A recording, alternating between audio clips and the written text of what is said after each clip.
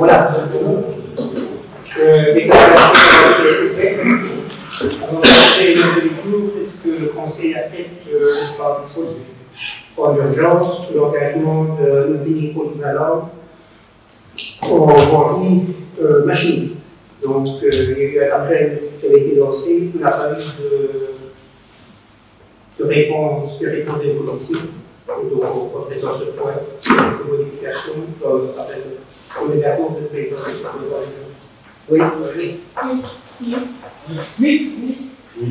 Oui. Oui. Oui. Oui. Oui. Alors, il faut excuser l'absence de Linda et de Lefebvre. Quant à Florence Arrêté, qui arrive son boulot, elle va le rejoindre au cours de la soirée. Le premier point à l'ordre du jour, c'est la modification budgétaire ordinaire et extraordinaire. Vous aurez remarqué la particularité de cette modification budgétaire où on voit un excédent de 839 931 euros, 0,09. Et si vous voyez à la page précédente, dans le prélèvement et dans les dépenses, il y a 837 719 euros qui sont mis en provision. En fait, suite aux inondations, en fonction de la classification de la commune, donc la commune a perçu deux sommes de la région wallonne, une somme de 500 000 destinée à intervenir dans les frais de logement des personnes sinistrées et une somme de 537 000 euros pour les frais de réparation au niveau voirie ou ce qui concerne les biens communaux. Et donc, au niveau des frais pour les voiries, il y a déjà une partie des dépenses qui ont été engagées, si bien qu'on met en réserve une somme de 337 000 euros sur les 537 que nous avions reçus. Et par ailleurs, les 500 000 passent également en provision. Ce qui nous permet, on exposera les dépenses pour acquérir ces biens-là, de pouvoir activer cette provision-là et faire face aux dépenses. Donc, globalement, le mari, il a revenu par nous la moitié des 2 000 euros. Alors, il y a des questions par rapport à cette modification budgétaire.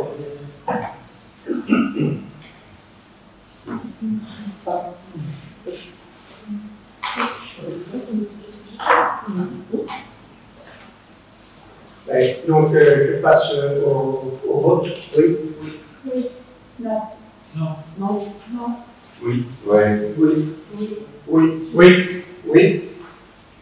Par rapport à la modification budgétaire extraordinaire, donc là, les crédits ont été adaptés, donc entre autres pour l'acquisition de, par exemple, d'une machine à mettre sous pli. On arrive dans le cadre de la consultation populaire pour l'éolien, soit un outil bien utile. Et alors, également, donc, les provisions ont été mises pour 500 000 qui se retrouvent à la fois en recettes et en dépenses. Et alors, les entretiens extraordinaires au niveau de la voirie qui sont augmentés de 25 000 euros, entre autres, c'est pour la distribution, comme le réseau chaleur. Vous avez vu ici à côté de la boulangerie, il y a eu un incident. Et donc, pour l'instant, ce sont nos ouvriers communaux qui ont assumé la réparation provisoire. Et le temps où nous recevions les pièces et la mise en œuvre pour cette réparation. Voilà pour ce qui est de la modification budgétaire extraordinaire. Pour l'installation éclairage foot, la somme il faudrait Oui. faire un peu d'éclairage. Oui, donc. C'est un total. Oh. Oui. Alors,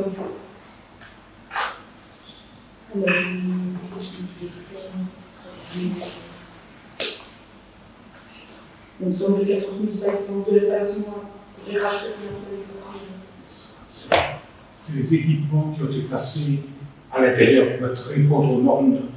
Parce que l'installation qui a été faite à Fourrier dans la buvette, c'était un ancien système qui n'était pas conforme. Donc pour régulariser, la commune a dû prendre en charge l'installation. Oui, il est mis pour oui, c'est pour se mettre en conformité. C'est pour se mettre en conformité avec.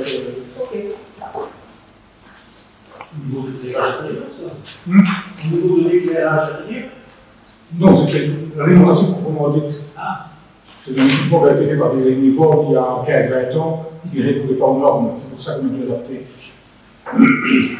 Par rapport au ministère de Fourrière, vous avez transféré une demande de subside pour réparer les dégâts sur les inondations ou pas du tout? Parce qu'il y a une subside de 70% par rapport aux dégâts. Oui, Par rapport aux bâtiments qui sont impactés d'intervention. Donc ici, l'architecte des transports est venu, il s'est rendu sur place, accompagné aussi des assureurs, donc des classes. Et on est allé aussi au Omnisport de Nassau, parce que pour le moment, il y a aussi une enveloppe de 80 millions d'euros qui est réservée à l'isolation des salles sportives. Et donc c'est vrai qu'il y a 50 ans, on ne parle pas d'isolation comme maintenant. Et donc, normalement, il y a même 2 dossiers. Il y a un dossier là où il y a une partie qui est payée pour les assurances. Parce que avec l'eau et tout ça, par exemple, si on parle de la méthode de faute, ben, toutes les portes sont gonflées et doivent être remplacées parce qu'il y a eu des inondations. Il y a énormément de travail à faire à l'intérieur. Et là, naturellement, c'est les assurances qui vont payer. Alors, il y a aussi le remplacement de la chaudière, de chauffage, tout ça. Donc, il y a quand même pas mal de boulot. Maintenant, ça prend du temps. Mais alors, pour le complexe porté, si tu parles de complexe porté, donc là, normalement, les travaux sont d'agrandissement et de rénovation, ainsi que d'isolation extérieure du bâtiment fort. Les travaux sont toujours prévus pour le printemps 2004. Donc, pour le logement de forêt, il y aura 2 dossiers. Il y aura le dossier intempéries et il y aura le dossier de rénovation, c'est ça. C'est ça. Et donc, normalement, rénovation aussi, et ça c'est un autre dossier, notamment, projet rénovation et isolation du haut de l'histoire, la lumière de l'église. Mais là, c'est tout à fait un autre dossier. D'autres questions? Passons au vote. Oui. Oui. Non. Non. Non. Oui. Oui. Oui. Oui. Oui. Oui. Le point 2. Parc national de Wallonie appelle à candidature décision pour la grande forêt. Financée de la grande forêt de Saint-Hubert. Donc, je vais mettre un peu le dossier dans son contexte en reprenant les éléments qui sont apparus sur le site de la région wallonne qui a lancé l'appel à projet. Donc, le gouvernement wallon a lancé le 1er juillet dernier un appel à projet pour la création de 2 parcs nationaux. La note d'intention des candidats potentiels pour être déposée pour ce 1er novembre ou plus tard, d'où la raison de l'inscription à l'ordre du jour de ce soir. Donc, avec la création des parcs nationaux, le gouvernement wallon veut promouvoir de vastes espaces naturels remarquables en Wallonie et les doter d'un outil leur permettant de se renforcer. De cette manière, les parcs nationaux de Wallonie pourront contribuer à une meilleure protection de la nature, tout en apportant une contribution importante au développement local, notamment via le tourisme durable, sur les 3 piliers économiques, social et environnemental. Les parcs nationaux contribueront également au renforcement des images de la Wallonie au niveau international en tant que destination attractive grâce à sa richesse naturelle, paysagère et patrimoniale. Un parc national est défini comme un territoire inclus dans un périmètre reconnu, délimité géographiquement, de taille suffisante, avec une valeur naturelle exceptionnelle et une ambition internationale. Sa gestion vise à assurer la protection et le développement durable des processus écologiques à l'échelle du paysage et des écosystèmes pour les habitats et les espèces associées et porter dans une condition territoriale d'acteurs clés. Cet espace naturel remarquable, son paysage et son patrimoine offrent des possibilités de développement et de promotion des loisirs touristiques dans la limite du respect de la nature. Le parc national de Wallonie, dans sa définition, sa filière et ses objectifs se conforment aux standards internationaux de l'UICN pour ce type d'air protégé, ainsi qu'à ceux en vigueur dans plusieurs pays et régions voisins. Au BACO, l'UICN, c'est l'Union internationale pour la conservation de la nature. Par la création de deux parcs nationaux, il s'agit de valoriser un patrimoine naturel d'exception avec la conservation de la nature et de la valorisation du tourisme. Le territoire candidat doit répondre à plusieurs critères. Le premier, le parc national doit être de taille suffisante et être suffisamment cohérent pour pouvoir maintenir durablement les espèces et les types d'habitats présents et être perçu comme une unité par le visiteur. Le périmètre du parc national devra englober une superficie minimale de 5 000 hectares qui pourront être divisés en plusieurs zones, donc au moins une zone principale de 2500 hectares. Le deuxième critère, c'est la qualité biologique et environnementale du projet du parc national. C'est une condition essentielle. L'absence de nuisances, une pollution majeure incompatible avec le projet sera évaluée. Par ailleurs, 75% de la surface incluse dans le périmètre doit être reconnue d'intérêt biologique ou paysager et 40% doivent bénéficier de leur statut de protection. L'ensemble devra contenir 90% minimum de zones naturelles et maximum 10% d'enclaves dans des activités de construction. Le projet doit avoir une valeur d'expérience unique, originale et reconnaissable à l'échelle du territoire wallon, mais aussi des autres parcs nationaux à l'échelle internationale. Le parc devra réunir les conditions d'accessibilité pour sa valorisation touristique et socio-récréative. En dernier critère, c'est la coalition territoriale de déclaration d'engagement. Le projet s'appuie sur une coalition territoriale de partenaires essentiels qui s'engagent à réaliser le projet. Les partenaires s'engageront à cofinancer minimum 20% du projet.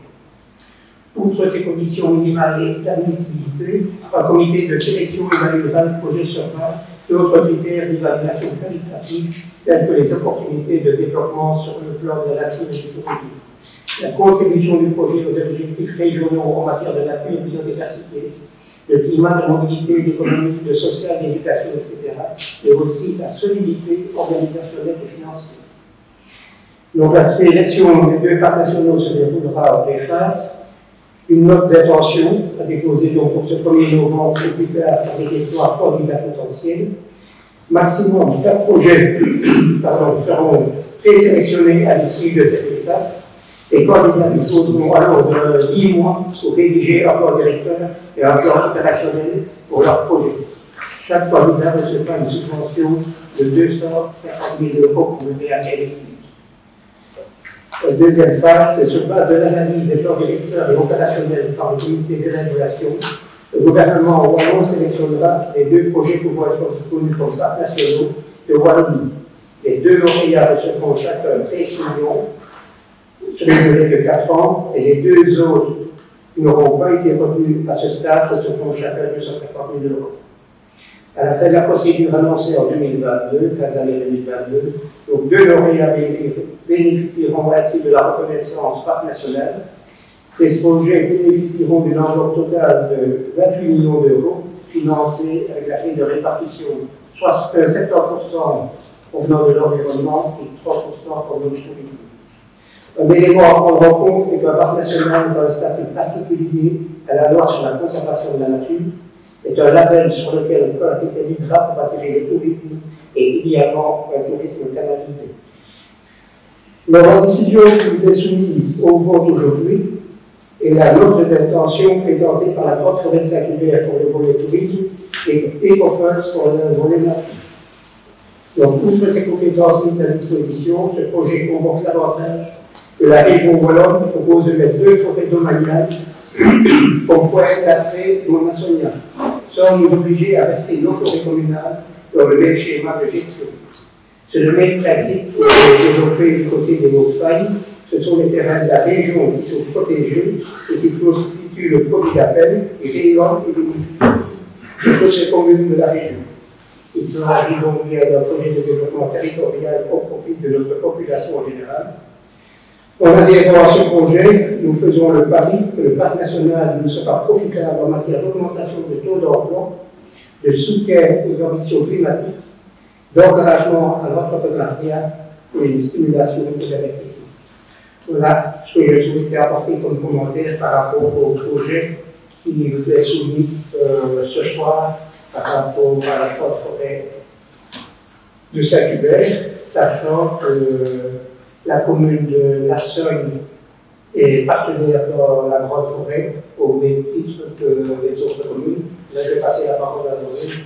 Il va vous expliquer quelques composantes des communes qui adhèrent à la grande forêt. Oui, donc par rapport à la grande forêt, il y avait trois communes qui sont particulières pour nous, qui sont d'une part le point suivant qu'on va aborder, qui sera du géoparc et de la grande forêt. Ce qui nous posait un peu de problème parce qu'on avait deux candidatures qui venaient ensemble. Par rapport à ça, il y a bien sûr ce qui est province avec le domaine de Loire, qui fait partie de la grande forêt. Et alors, bien sûr, Saint-Hubert et la Somme et Gagné. Donc, par rapport à ça, maintenant, il faudra voir un petit peu comment, qui va prendre part au projet de la grande forêt, en sachant déjà que Ouénin, Pénin et Hubert n'adhèrent pas. Mais les deux grosses communes par rapport au projet sont Saint-Hubert avec 3300 hectares et la Somme avec 2600 hectares. La province qui avait le domaine de mémoire, Jouxton et le Français. Donc, par rapport aux critères, j'ai énoncé tout à l'heure, pardon. Donc, par rapport à ces critères-là, dans le dossier, vous avez vu que les critères sont rencontrés par le projet qui est déposé par la forêt de Saint-Hubert. Principalement, relais du domaine forestier. Vous avez des questions, des informations complémentaires à apporter par rapport à ceci? Moi, on avait eu. Donc, on est dans la décision à l'article 2, pouvoir poursuivre la gestion et l'exploitation des parcelles comme actuellement, mais on a certaines zones qui vont passer sous statut de protection. Dans les plans qu'on a reçus avec l'annexe, il y a certaines zones de nos parcelles qui sont sous statut de protection. Oui, donc elles sont déjà sous statut de protection, ce sont des parcelles qui sont en affaires de municipalité. Donc, pour pouvoir, donc dans les critères, on met à un certain moment qu'il faut au moins 40% de statut, c'est des parcelles qui sont en affaires de municipalité.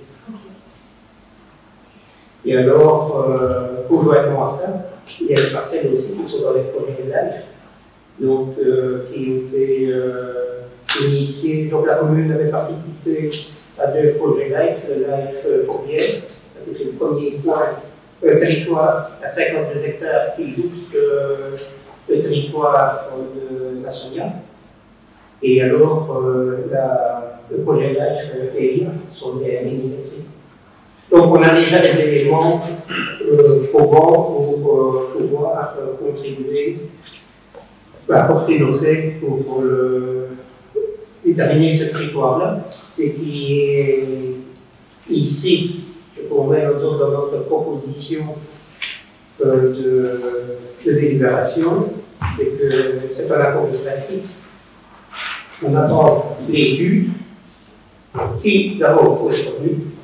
Si études il y a dans les 10 mois qui suivent, on doit être en adhérant maintenant, on sera partenaire à la suite, on va faire un point de vue pour essayer de rentabiliser un maximum d'investissement au bénéfice du territoire de notre commune.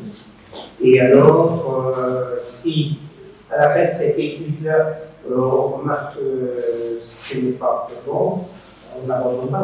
Si maintenant, il y a de fortes chances quand même que vous serez bien fait de ne pas adhérer à un parc national à notre niveau. Parce que si, il faut toujours regarder le parallèle avec les Hauts-de-Fagne. Les Hauts-de-Fagne, il y a une partie qui est préservé avec toutes les tournées touristiques qui sont en périphérie, donc on doit espérer avoir la même chose à ce niveau-ci. Alors, au niveau de la région flamande, il existe déjà un parc national, et ce que la région wallonne avait fait de preuve d'intelligence, c'est qu'il avait été mettre ça dans une région qui était défavorisée, qui était pauvre, la boue. Donc, en espérant que la région wallonne ait la même sagesse et de favoriser un secteur comme le nôtre. Il n'y a pas beaucoup de possibilités de développement économique dans le milieu forestier ou environnemental de nature. Oui. Moi, j'ai une question par rapport à l'accord de coopération définitif qui a été joint, je veux dire, dans la pièce ici au Conseil criminel. Donc, à l'article 11, on parle du financement. Donc, il y a 80% qui sont financés par la région wallonne. Et il est indiqué que les 20% restants du financement du parc national sont à charge des acteurs de la coalition territoriale en fonction de leur disponibilité budgétaire. Bon, il n'y a pas moyen d'être un peu plus précis, parce que moi, si une commune qui ne paye pas du tout, c'est ceux qui vont être, je veux dire, solidaires. Comment est-ce que ça va se passer par rapport au financement de ces 20%?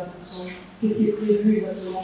C'est la question. Donc, il y a eu des réunions de préparation ici par rapport à ce dossier ici avec les différentes communes. Toutes les communes partenaires sont pour l'instant sur le même point, c'est que avoir des financements directs, c'est un peu utopique. Par contre, le financement interviendrait au niveau des prestations de personnel. Donc, ne fût-ce que, si je prends les ouvriers communaux qui travailleraient dans tel objectif, les prestations ouvriers forestiers seraient considérées comme de l'investissement. Ça va limite à l'institution personnelle ou la Ça peut être la même chose pour le tourisme ici, parce qu'il y a deux volets, il y a le volet environnement et le volet touristique. Donc, le temps de travail de l'employé de l'office communal de tourisme peut être valorisé à ce niveau-là aussi. Mais on n'a pas de. Ici, c'est comment? Ce sont les critères, c'est lors du. Si on est retenu, c'est lors de l'élaboration du dossier et de l'étude qui sera faite qu'on sera un peu plus intelligent ici pour savoir quelles sont réellement les données, quels sont nos engagements. Ça peut être aussi une mise à disposition de bâtiments, ce genre de choses-là? Oui, d'accord.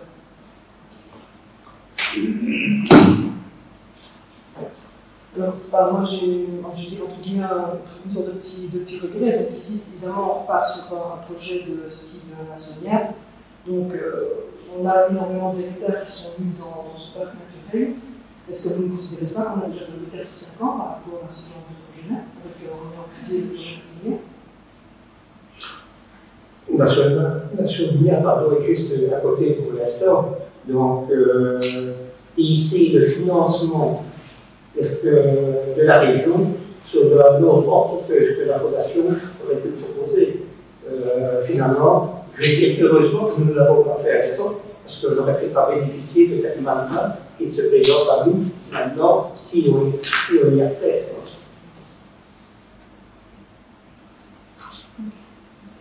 L'avantage d'un plan uniquement d'une étude, au moins c'est que cette fois-ci, nous avons au moins une étude en main qui permettra, qui sera organisée par les milieux scientifiques et aussi au niveau environnemental, où on verra réellement quelles sont les perspectives.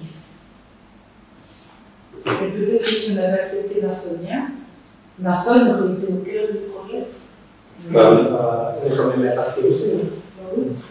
C'est pas pris sur la loi, c'est quand même l'équipe qui sentait le projet, c'est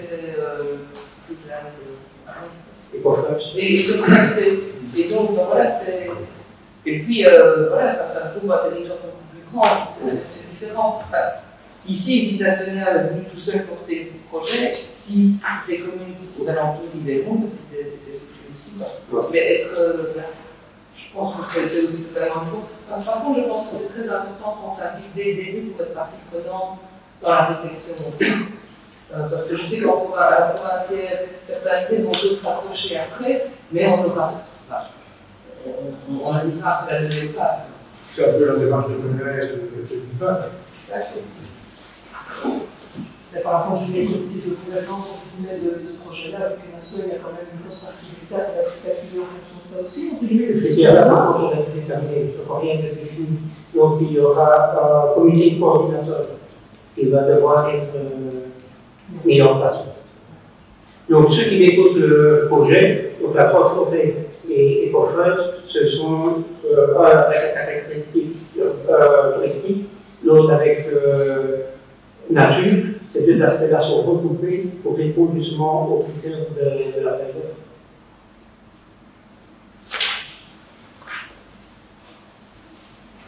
La question de votre côté? Un documentaire, je peux passer au vote? Oui. Oui. Oui. Oui. Oui. Oui. Oui. Oui. Oui. Oui. Oui. Oui.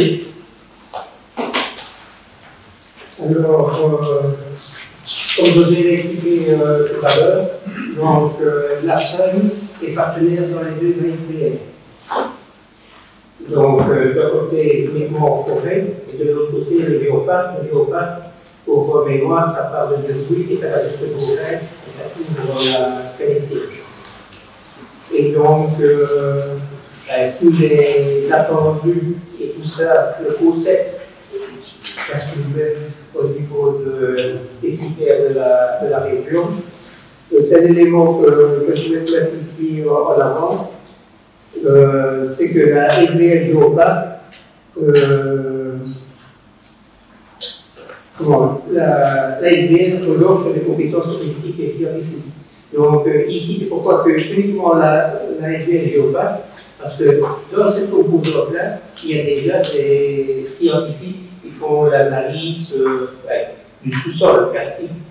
Mais ce n'est pas suffisant en soi. Il faut aussi, au niveau international, des scientifiques qui puissent apporter ces apports-là pour pas se faire par le biais des relations privilégiées au milieu scientifique. Ceux qui sont déjà, les scientifiques qui sont déjà dans le géoparc maintenant, les relations avec d'autres scientifiques qui règlent le milieu de l'environnement. Et donc, ce projet-ci, il comporte davantage de richesse et de diversification des milieux naturels. Ce n'est pas uniquement focalisé sur le milieu forestier, c'est également le plein des cours d'eau en ligne de compte. En nous, c'est le seul géoparc reconnu en Belgique et qui bénéficie du label UNESCO. Donc ce territoire est complément au troisième critère de valeur expérience unique, originale, reconnaissable. Ça, c'est le troisième critère auquel il faut répondre au niveau de l'appel à projet, et le géoparc il répond pleinement à ce critère-là. Alors, ce territoire regorge de possibilités de contribution aux objectifs régionaux, nature, biodiversité, climat et mobilité, économie et sociale, éducation et sensibilisation, développement et promotion des matières touristiques.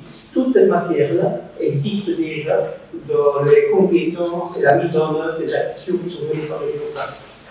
Néanmoins, si vous avez lu l'appel à projet qui est lancé par la région wallonne, il y a la situation de départ et aussi des perspectives de développement futur pour sauvegarder tout ce qui est nature. Et donc là, il y aura encore un plus à donner, un effort à faire, une perspective à se trouver par le géoparc. Et c'est justement si on fait cette étude-là, suppose que le géoparc soit produit, avec les 250 000 euros qui seront alloués par la région wallonne pour cette étude, on pourra faire des perspectives pour les 20-30 années à venir par rapport à ce territoire. Il y a de la richesse, mais au niveau environnemental, mais il faut essayer de prendre des mesures pour préserver cette richesse naturelle. Alors, par cet outil, donc, notre commune pourra être partenaire à l'étude qui sera développée en cas de candidature par du géoparc et mettre l'accent sur la qualité naturelle et paysagère de notre commune. On est à côté d'Anse-sur-Lens et de Boule dans le géoparc, purement touristique. Le volet nature, la qualité nature que nous avons sur notre territoire pourrait par ce biais-là être mis en valeur pour montrer que le touriste peut venir découvrir la nature, apporter une main de l'autrui et de leur Donc cet élément-là, sur base de cet élément-là, j'ai aussi envie d'adhérer à ce projet pour le géoparc, parce que ce ne sera pas la même chose qu'au niveau du massif, et il y aura aussi possibilité d'avoir des retombées au local, donc aussi favoriser l'emploi et l'entrepreneuriat et tout ça.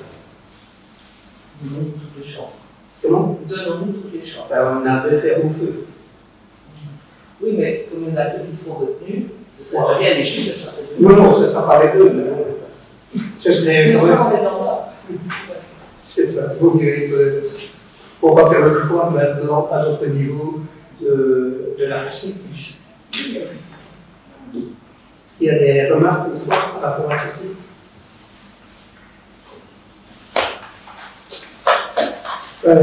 Moi, seulement. Un peu.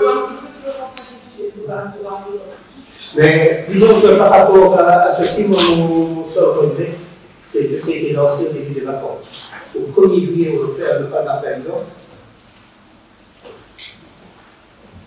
On a déjà 2 mois de vacances. Ça veut dire que nos administrations sont moins disponibles.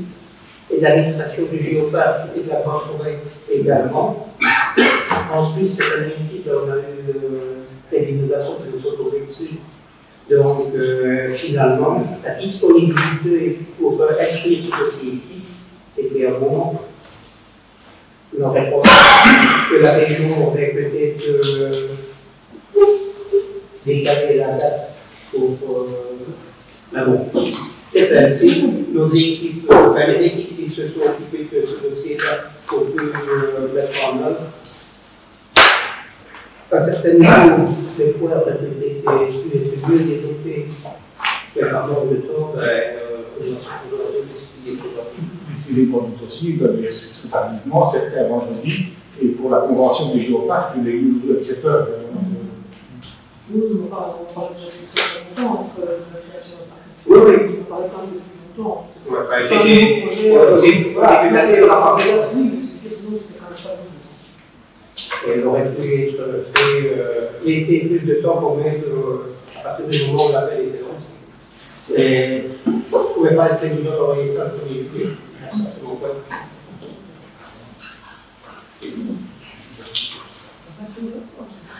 Non, c'est parce que en fait, tu voulais retourner, donc je me dis, c'est Non, c'est ça. Oui. Oui. Oui. Oui. Oui. Oui. Oui. Oui. Oui. Oui. On passe maintenant à l'occupation du château du Bois. Donc, depuis quelques années, vous savez qu'il y a une convention qui a été signée avec Ortesom pour exploiter le château du Bois. Pour l'exploitation de l'île. Nous avions invité à l'époque Agrico d'avoir d'autres potentiels de développement pour ce site-là. On s'était résigné à mettre ce bien à disposition de la société Ortesom. Puis finalement, nous remercions parce que grâce à leur occupation, il y a eu en fait une occupation du site depuis 2016, donc ça fait 5 ans que ce site serait resté là, vacant. Ici, à l'heure actuelle, il y a une autre opportunité avec une toute autre orientation qui se présente. Donc, nous avons contacté la société Ortesom pour leur demander de passer une convention de rupture amiable, sachant que leur réservation au niveau de leur société, de l'occupation qui est programmée jusqu'au 15 janvier au 10 janvier 2022, et que dès lors, voir s'ils seraient d'accord de marquer une cessation d'occupation à la date du 15 janvier 2022 au plus tard. chose qu'ils ont acquiescé parce que nous avons reçu, on lui avait envoyé le projet, et aujourd'hui, ce matin, est arrivé par la poste l'accord du concessionnaire pour dire qu'il était d'accord de mettre à terme de manière amiable à l'occupation à la date du 4 janvier 2022. Je pense qu'il faut être au vote. Une question. Pourquoi la structure de notification? Comment dit? Pourquoi la culture est protection? Parce qu'il y a une occupation autre qui est présentée. Ah. Donc, pour avoir toute la garantie pour présenter un dossier avec une nouvelle orientation, il était en constat de savoir où s'engager et pas avoir encore une épée d'anglais sur la tête à ce niveau-là. Et ça s'est passé en bon terme. Donc, on a contacté, on ne lui a pas forcé la main, en fait. On lui a demandé juste quand il y avait des réservations, ça pouvait être compatible avec les Français qu'il avait déjà signé. Le DNF était intéressé, je pense, pour le Le DNF a été contacté il y a déjà bien longtemps pour une occupation. Ils avaient montré de l'intérêt pour se faire des lenteurs administratives, pas dans le chef du DNF, je ne mets pas le DNF en cause ici, et des services qui sont chargés de ce genre de collaboration, a fait qu'on n'a jamais su la réponse. Elle est toujours en étude. Oui. C'est toujours à l'étude. Le rapport à la fédérale, c'est toujours à l'étude. Bon, c'est toujours à l'étude, mais donc c'est des lenteurs, effectivement, mais c'est toujours à l'étude. C'est vrai que c'est toujours à l'étude. À défaut d'avoir eu des contacts de leur chef, il faut savoir qu'il y a déjà eu un projet d'occupation par le DNF il y a quelques années ici. Si vous vous souvenez, il y avait Laurent Lamour, la ici, qui occupait le rez-de-chaussée. Et à ce moment-là, il y avait déjà une consultation du DNF pour une occupation. Les agents du cantonnement au niveau local étaient intéressés. Et ce n'est pas eux qui gèrent le dossier, c'est le dossier géré par le service du patrimoine et des bâtiments publics. Et quand on les avait reçus, c'était de demander le positionnement, l'installation de l'ascenseur. Et donc, pour pouvoir accéder aux étages supérieurs.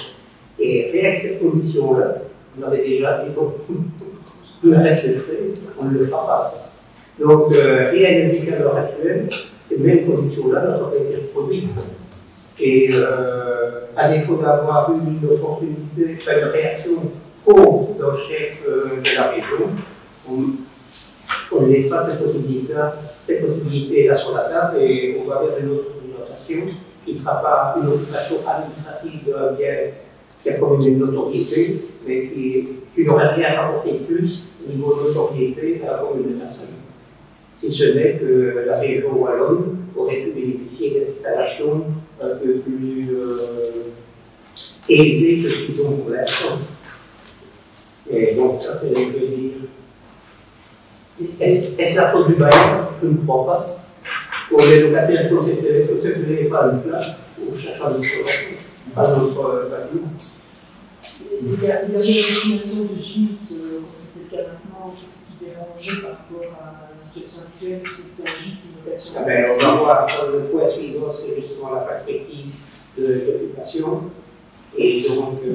C'est déjà dans le cadre de l'idée du parc naturel ou je veux dire. Le parc national. Mais attention, c'est pas la même chose. Est-ce que c'est parce que c'est un logement, un gîte qui était dans le périmètre du parc national? Pas du tout. Donc, lorsque les contacts ont été établis, c'était en dehors de cette période qui s'appelle la projet pour le parc national.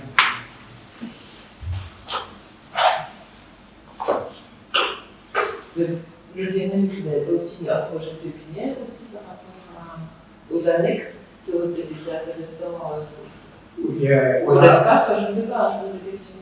Ou la piscine.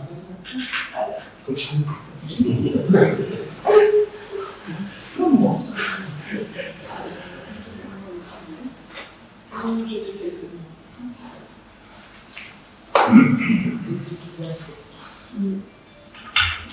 Pour la notoriété de la seuil, l'occupation par service administratif n'aurait pas les mêmes retombées à notre point de vue que ce qui va être retrouvé par. Et autrement, il y a des bâtiments qui sont susceptibles d'héberger des élèves.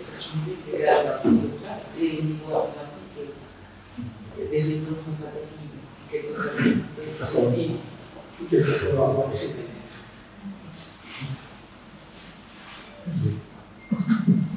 Donc, pour l'instant, il n'y a pas encore. Maintenant, par rapport à une occupation entrée dans le bâtiment, il y a encore rien qui est défini. Donc, à un certain moment,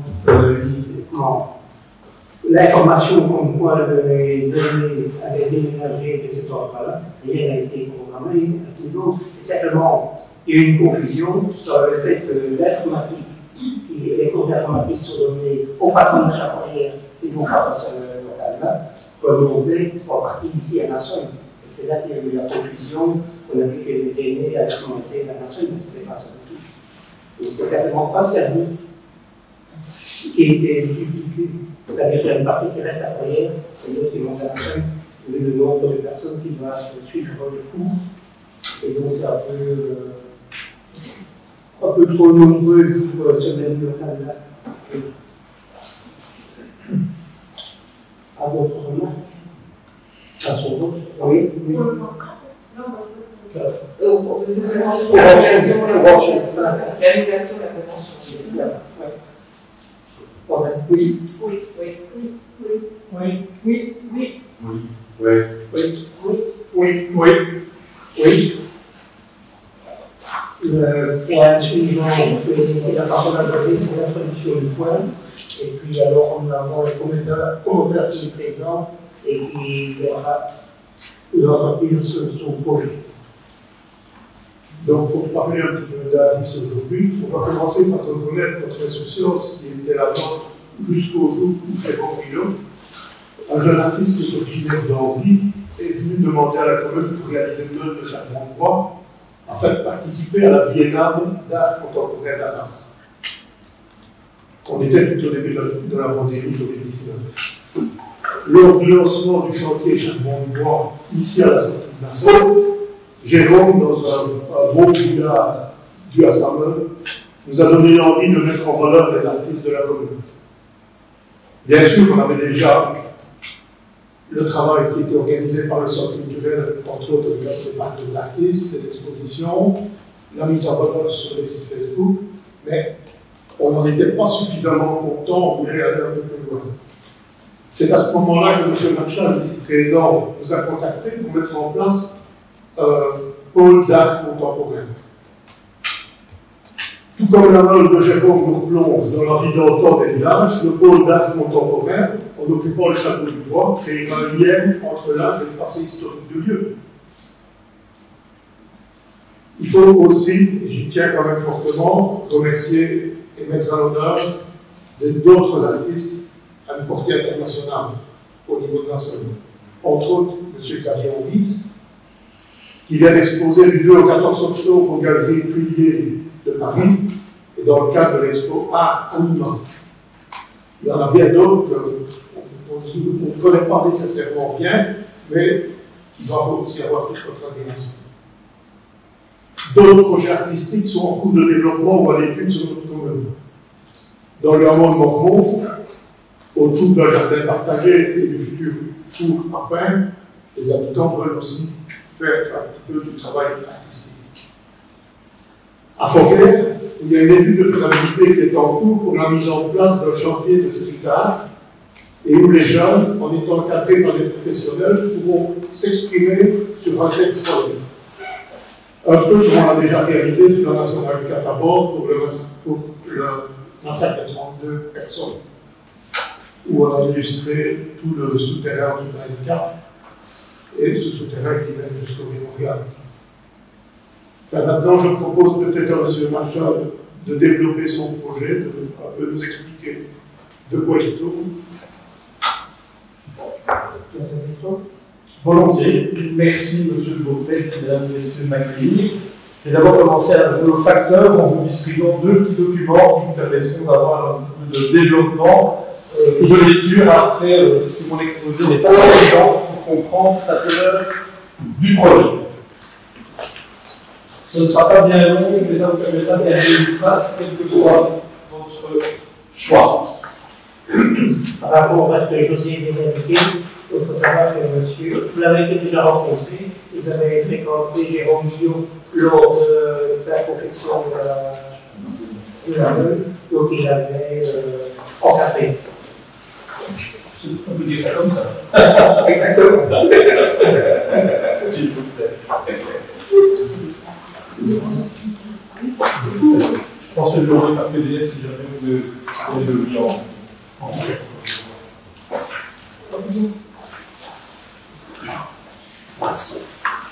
Mais d'abord, M. Bourmet, si vous me le permettez, puisque si ce projet, puisqu'il revient à votre assemblée d'en décider, si ce projet voit le jour, nous risquons de nous croiser et donc d'être un peu voisins. Et donc, comme tout bon voisin qui arrive sur un nouveau territoire, permettez-moi de me présenter. Philippe Marchal est un ami roi, même s'il est bruxellois depuis très longtemps, vous savez, les études, quand on reste à la capitale après, et les affaires qui développent, et les affaires précisément sur l'immobilier. Je suis administrateur de société de promotion immobilière essentiellement et de gestion de ce qu'on appelle de l'appart-hôtel, c'est-à-dire de logement meublé pour tribu. Ce n'est pas du tout l'objet de ma visite au château du Bois. Je voudrais simplement, avant de vous développer plus avant, puisque j'ai entendu une ou trois choses, et vous savez que si vous êtes en politique, vous devez l'avoir, à mon avis, appris très tôt, c'est que détenir l'information est quelque chose d'essentiel. Et l'information, je l'ai à plusieurs sources pour me permettre de vous dire que Philippe Marchal n'arrive pas pour douter de l'or, toutes les sommes. Les contacts que moi j'ai à titre personnel avec les sommes sont excellents, et comme l'a dit M. Bourmet, ça s'est fait dans un cadre tout à fait respectueux des uns et des autres. La demande de la commune de vouloir une nouvelle affectation, une autre affectation au Château du Bois est réelle, mais croyez-moi que les sommes ne se sentent pas avec ce bien dans un cadre de taux bénéfice financier. Et donc tout de suite, ils ont dit pas de souci, mettons-nous d'accord sur le date que nous avons fixé, j'ai envie de dire, est-ce que M. Bourmet, retournez-moi à dire, en triomphira de dire nous avons une réservation de fin d'année, ce serait bien que ce soit après pour garder quand même ce petit potentiel. Vous devez le savoir, vous êtes actionnaire, moi pas encore, le château du Bois n'est pas occupé tous les week-ends. Et donc partant de là, première chose, deuxième chose, j'ai entendu, et bien sûr que je suis au courant, il y avait d'autres pistes d'affectation, et je vais y dire que le projet que je vous propose est vraiment autre chose que du bureau. Je me suis laissé dire, et il m'a été transféré un mail d'un agent de la DLF qui effectivement se trouve un petit peu offusqué que la DLF n'y sera pas un jour. Il ne me revient pas d'apprécier ce mail, mais il me semble que l'administration centrale n'était pas du tout au courant, et ce brave agent a dû se faire un petit peu retresser les bretelles, parce que ce n'est pas à lui de décider ce qu'un ministre doit décider à sa place, ou un fonctionnaire dirigeant qui, effectivement, n'était pas du tout au courant de cette initiative que je me permettais de qualifier de malheureuse. Ça n'empêche en rien l'enthousiasme qui est le mien. Et donc, Philippe Marchal est là parce que c'est un enthousiasme au niveau artistique. Et à un moment donné, il y a une bonne dizaine d'années, j'ai décidé de mettre non pas un frein dans les affaires, mais de consacrer plus de temps à ce qui est la passion du quotidien, c'est-à-dire l'art en général, mais les arts visuels en particulier. Et anecdotiquement, je vais vous raconter comment c'est arrivé lors de l'acquisition d'un immeuble près de la rue Louise à Bruxelles. Je me retrouve avec un rez-de-chaussée commercial, alors c'est pas mon business le rez-de-chaussée commercial, et je me dis, mais qu'est-ce que je vais en faire? Eh bien, j'en ai fait un lieu d'art, et je ne suis pas galeriste, donc loin de moi d'avoir appelé ce lieu Galerie Philippe Marchal, je l'ai appelé cabinet artistique, comme un cabinet de curiosité, de faire découvrir les choses aux gens, de faire découvrir les artistes que j'aime bien. Ça a pris une ampleur extraordinaire, et ça s'est développé ainsi au fur et à mesure. Et donc, j'ai tout de suite structuré tout cela en menant ça sous une structure Artesio. Alors, Artesio, pour être clair, c'est plusieurs structures. Parce que ce qui vous est proposé aujourd'hui, c'est une signature d'un bail avec Philippe Marchal en tant que personne physique, parce que Artesio, pour des raisons d'organisation, c'est plusieurs choses. C'est une ALDF, une association de fait, c'est une fondation d'utilité publique. Il y a plusieurs choses parce qu'effectivement, il y a des subventions, il y a des accords internationaux qui doivent se faire. Et donc, la structure est assez pas dire complexe, mais diversifié. Et donc, Artesio s'est développé au fur et à mesure des 10 ans, c'était en 2010 que ça s'est créé, et je reprends, vous le verrez dans le document, quelque chose qui me colle bien à la peau, c'est une citation d'André Malraux qui dit que l'art n'est pas une religion, mais il est une foi. Et cette foi, je l'ai ancrée au corps pour développer des projets. Alors, il y a d'abord un facteur qui est le facteur des lieux. Parce que ce qui est manque dans mon artiste, c'est des lieux de présentation. Des lieux de présentation dans un cadre bien précis, et j'insiste très fort là-dessus, dans un cadre mécénal. Je ne suis pas un marchand d'art, je ne suis pas un galeriste, je suis d'abord un collectionneur, et je suis là pour promouvoir les arts visuels essentiellement, et donc d'aider les artistes à se montrer, d'aider les artistes à produire leur œuvre. Monsieur Gourmès a souligné tout à l'heure ce qui a fait notre rencontre, parce que je n'étais pas un assembleur habitué, en septembre, l'année passée, pour soutenir effectivement un jeune artiste bruxellois maintenant, mais originaire d'Ambly, à savoir Jérôme Milot, qui avait été sélectionné pour la Biennale de Arras. Parmi 100 candidats, il y en a 9 qui étaient retenus, le seul étranger, même si la France n'est pas bien loin, et le Benjamin de l'Histoire en plus. Et donc, j'ai soutenu ce projet en le finançant et en faisant effectivement qu'il aboutisse. Je remercie mon voisin que je rencontre ce soir pour la première fois, mais qui avait fait un très bel article que vous avez dans le dossier qui vous est présenté pour vous parler du LAN, où effectivement, et la presse du nord de la France et la presse du Luxembourg avait souligné effectivement tout l'intérêt qu'il y avait. C'est un petit peu le point de départ de cet enchaînement de circonstances qui fait que j'ai évidemment rencontré beaucoup de gens, beaucoup de personnes, et je me suis dit, il y a quelque chose à faire. Et il y a quelque chose à faire avec cet endroit qui est effectivement un lieu magnifique et de créer une symbiose entre un développement artistique et un développement harmonieux au niveau naturel. Il y a un patrimoine naturel incontestable, mais il y a aussi un patrimoine historique avec ce château, même si c'est aussi un peu anecdotique, mais il présente quelque chose. Je me dis qu'il faut communiquer et il faut revaloriser. Alors, c'est un projet évidemment que je veux d'enthousiasme et qui est évidemment mais à 1000 bornes d'une affectation de bureau, qui est à 1000 bornes d'une affectation de location pure et dure. Moi, ce que je veux, c'est y amener une plus-value artistique, mais le rendre quelque part au national.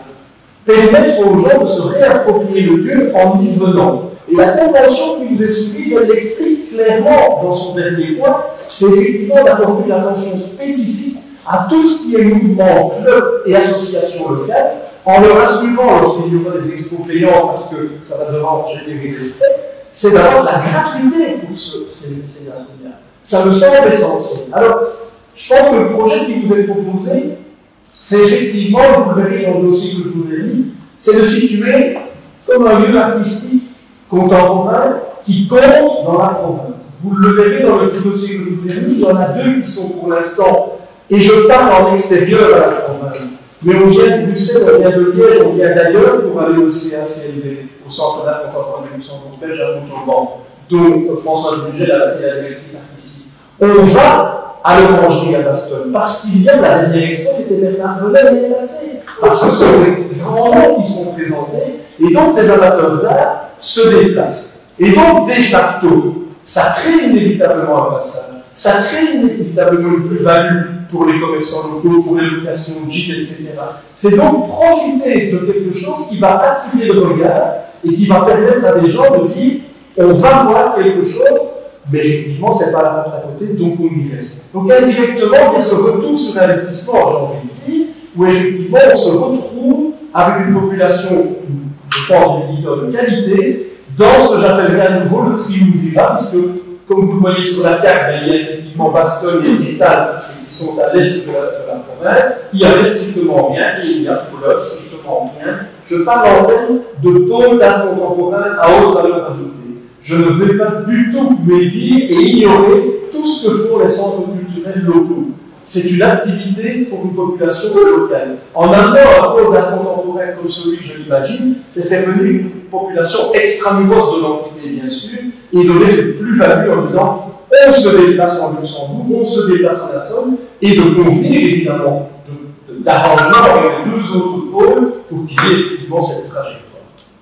Le but, c'est effectivement d'amener des artistes, et d'où l'intérêt de la configuration actuelle du château d'avoir du logement, de pouvoir permettre à des artistes de les héberger une semaine, un mois, 2 mois, le temps de leur prestation, le temps de leur installation. Qui dit là, puisque c'est le projet qui vous a proposé, c'est évidemment une exposition extérieure. Ça veut dire aussi un entretien du lieu, parce que, permettez-moi quand même d'y être passé quelques fois, de me rendre compte que, à part donner les clés, ouvrir, fermer quand les locataires sont là, je n'y ai pas trouvé une plus-value en termes d'aménagement extérieur. Et je me dis que là, justement, d'avoir une présence, d'avoir quelqu'un qui gère ça en permanence, ça va effectivement assurer le lieu d'une pérennité et d'avoir une bienveillance par rapport à son environnement.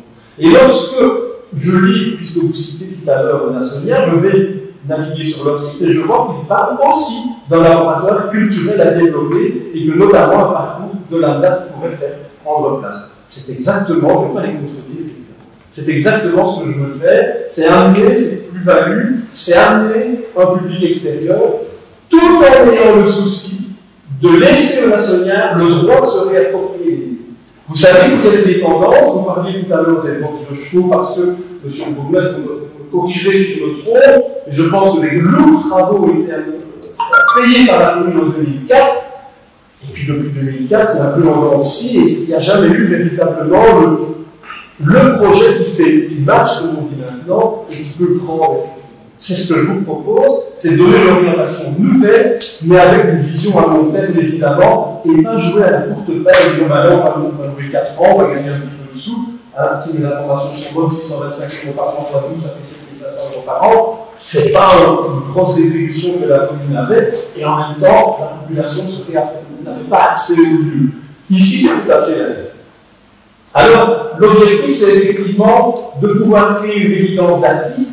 C'est évidemment d'appuyer les artistes, mais c'est aussi, et si vous y êtes passé comme je l'ai fait moi devant les mois écoulés plusieurs fois, c'est de se rendre compte qu'il y a cette espèce de pavillon complètement fermé pour des questions de sécurité, pour des questions évidemment d'éviter la dégradation. C'est un espace formidable pour pouvoir accueillir des expositions et faire du lien entre effectivement l'artiste invité et des gens locaux ou de la province. Plutôt que de fermer les espaces, mon objectif c'est de les ouvrir et d'amener justement quelque chose de qualitatif, ne pas jouer effectivement et ne pas marcher sur les plates-bandes d'acteurs qui font très bien leur boulot pour le moment, que ce soit un centre culturel local ou régional, chacun sa mission, mais d'amener justement une plus-value beaucoup plus importante. Alors, permettez-moi de relever quelques points par rapport à la Convention, parce que je devine les questions éventuelles qui peuvent arriver. D'une part, quant à la location symbolique qui est demandée, je vous l'ai dit, c'est du mécénat. C'est effectivement de ma poche que je fais beaucoup de choses. Il y a plusieurs lieux, il y en a 2 grands à Bruxelles. J'ai évidemment, ma connaissance de la place est assez importante quand même. J'ai un parc urbain qui fait 1 hectare à Bruxelles, que j'ai totalement financé. Ça veut dire 220 mètres de clôturage, avec la surveillance, etc. Je ne vais pas passer les détails. Ça représente un coût important. À l'identique, l'immeuble qui est ma fondation, ça représente 4000 m², 6 étages, ascenseur et compagnie. Je vous dis que les faits, je les connais. Donc j'essaie d'amener une plus-value, mais en même temps, je me dis que cette plus-value, elle est réelle par rapport à la commune. Il faut savoir, et vous l'avez vu à votre attention, je n'en doute pas le second, traditionnellement, un locataire ne paye pas le précompte immobilier. J'ai suggéré au bourgmestre de prendre en charge ce précompte immobilier. Si vous prenez votre calculette, pour la location au Tesson rapporte 7 500 € par an à la commune, mais elle doit payer le précompte. Si on le déduit donc, qui est exactement de plus ou moins 1 700 €, mais la région me confiait ce matin que c'était 1 712 et 30 centimes, monsieur le secrétaire, vous ne me démentirez pas, ça fait plus que 5 800 que la commune, entre guillemets, n'aurait pas à gagner. Si mes informations sont encore bonnes de la part de l'Office statistique, vous avez plus ou moins 5 000 habitants, ça veut dire 1 € par an par habitant. Ça ne me semble pas cher payé pour soutenir un projet artistique dans lequel la commune est de facto partenaire. Vous l'aurez lu dans la convention, c'est la proposition qu'effectivement, en termes de visibilité, la commune soit associée à tous les événements qui soient organisés et de créer ce lien justement entre local et activité extérieure qui va y être amené.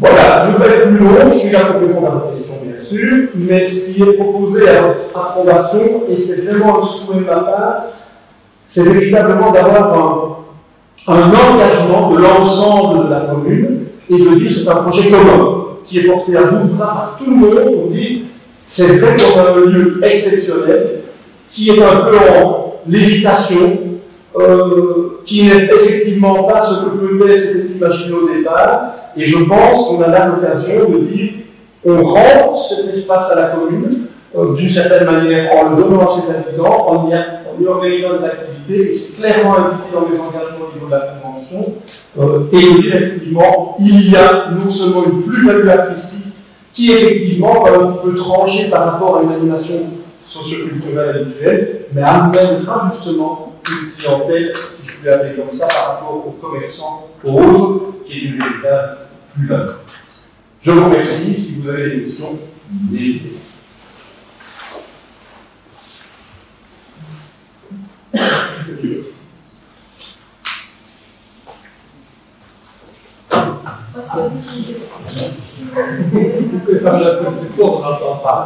C'est deux questions pour la commune, je crois. Quand vous dites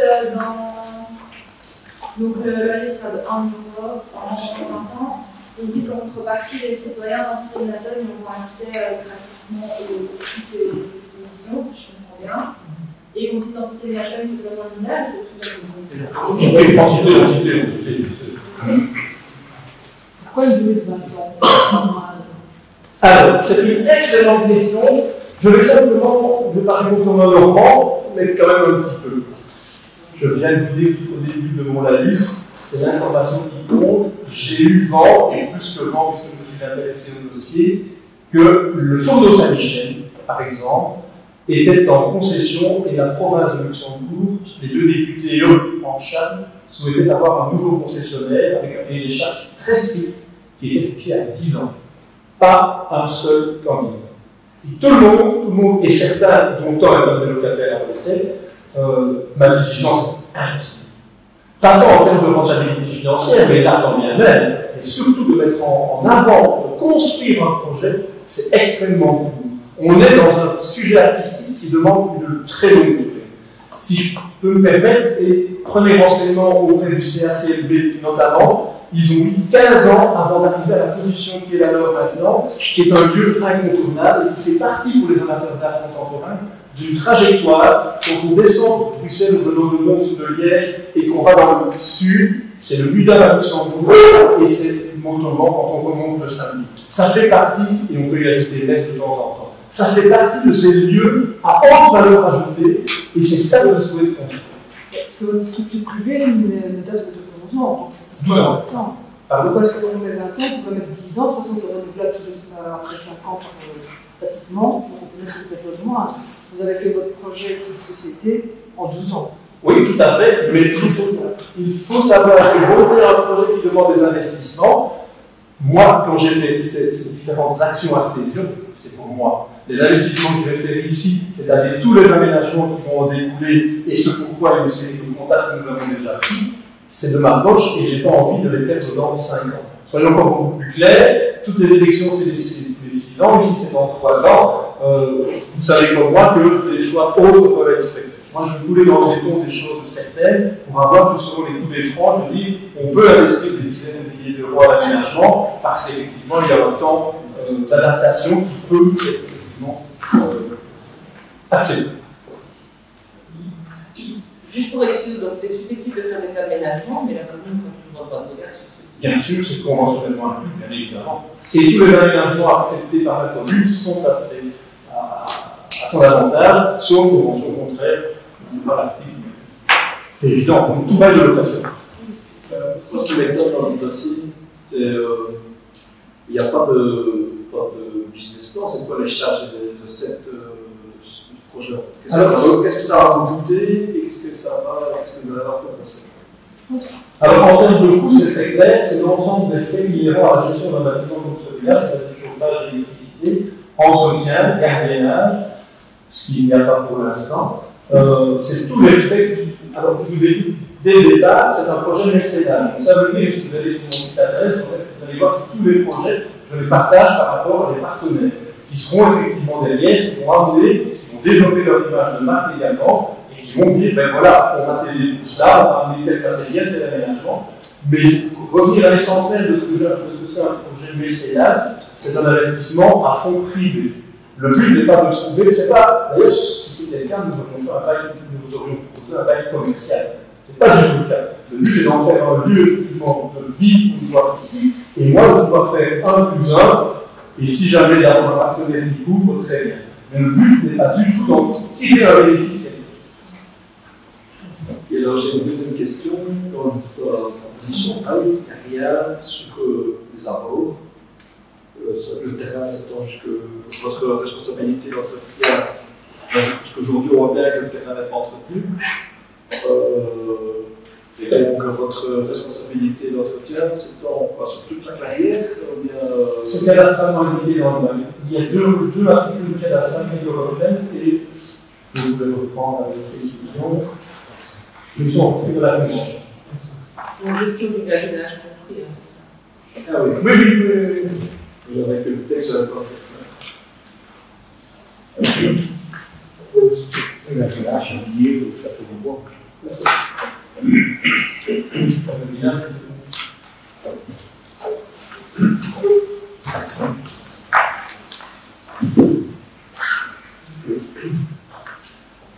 Je suppose que les expositions ne seront pas permanentes. La somme de climat est estimée. Lorsqu'il n'y a pas d'exposition, lorsque le bâtiment est occupé, je suppose qu'il est chauffé. Bien sûr, ils sont occupés en permanence. La résidence d'artiste ne sera pas qu'une résidence d'artiste pour un projet qui sera monté soit au printemps ou en été et qui peut accueillir des artistes qui viendront travailler durant les mois où effectivement il n'y aura pas d'exposition. C'est clair que décembre, janvier, on peut difficilement faire l'expression de la date dans les conditions. Ça impose à tous. Mais le but est d'avoir effectivement en permanence une occupation. C'est justement le faire revivre. Il faut aussi savoir que, comme je le disais tout à l'heure, il y a ce pavillon qui est complètement permanent qui lui peut vivre en permanence. Le but n'est pas d'en faire un lieu d'art 24 sur 24, 365 jours par an, mais de le faire vivre le plus possible, évidemment. Et justement, ce lien entre l'extérieur et l'intérieur, avec au rez-de-chaussée, plutôt que de terminer un château, j'imagine, au rez-de-chaussée 3 salles qui permettent, et puis ce pavillon, qui est sur l'homme du à un moment donné, permet effectivement d'y avoir des expositions plus que lorsque les intempéries sont là et justifient qu'à l'extérieur, en fait. Un période de chasse. Alors, c'est un point qu'on avait abordé avec le Bourgmestre, c'est qu'il y a effectivement des jours où il ne faut pas se soustraire. Parce que, voilà. Mais là, je n'allais pas me permettre, j'ai déjà pris beaucoup de contacts, mais je n'allais pas me permettre d'en prendre au-delà de votre assentiment, évidemment. Une fois que ceci sera passé dans votre accord, alors là, on y va. C'est ce que je confiais à notre ami journaliste tout à l'heure, et je n'ai pas contacté de personne avant. J'ai un respect profond pour nos institutions. C'est d'abord le conseiller ici, après on agit. Mais il fallait préparer le terrain, donc les contacts nécessaires, préliminaires, au milieu de ces militaires.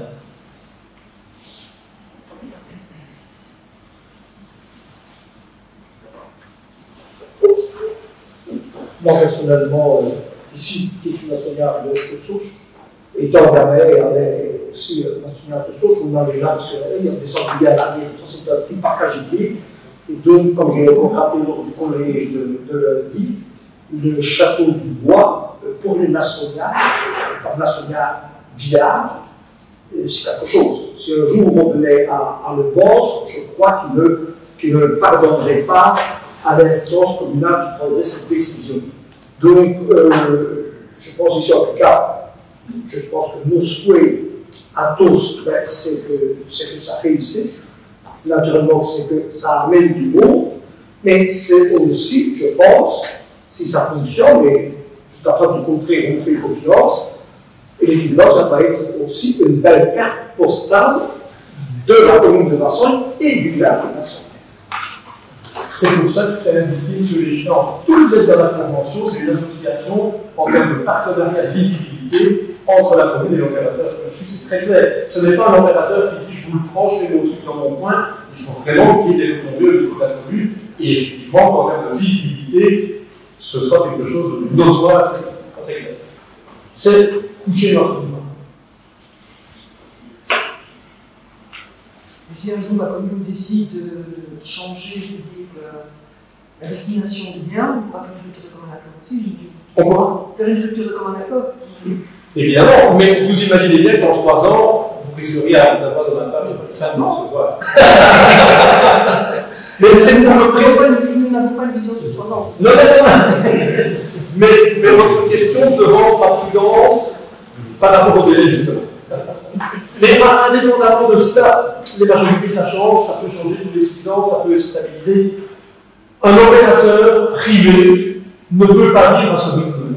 Et donc il faut nécessairement avoir du temps devant soi pour monter un projet, premier élément, pouvoir investir quelques milliers d'euros dans elle, quand je dis quelques milliers, comptez plutôt 5 chiffres de 3, et de dire voilà, on en fait un bel instrument, et c'est clair qu'il faut à ce moment-là avoir du temps. Et même quand on est dans un projet purement commercial, je vous prenez l'exemple du Forum Saint-Michel, pas un soumissionnaire, alors que là, excusez-moi l'expression familière, c'est caillou activé, pas un ne prend le risque à ce niveau.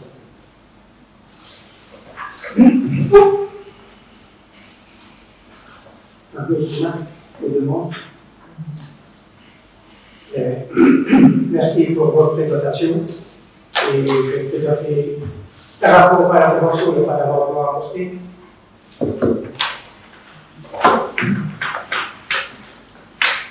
Passons au vote. Oui. Abstention. Oui. Oui. Oui. Oui. Merci. Merci à vous. Et bon retour.